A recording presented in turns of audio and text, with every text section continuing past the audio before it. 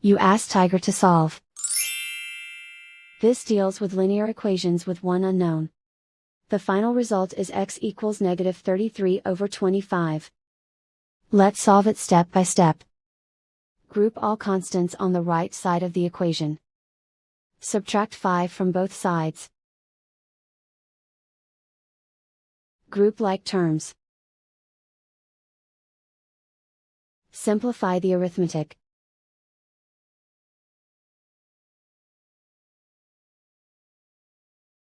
Isolate the x.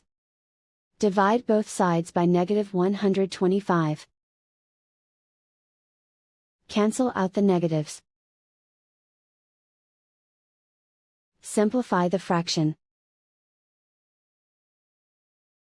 Move the negative sign from the denominator to the numerator. Find the greatest common factor of the numerator and denominator.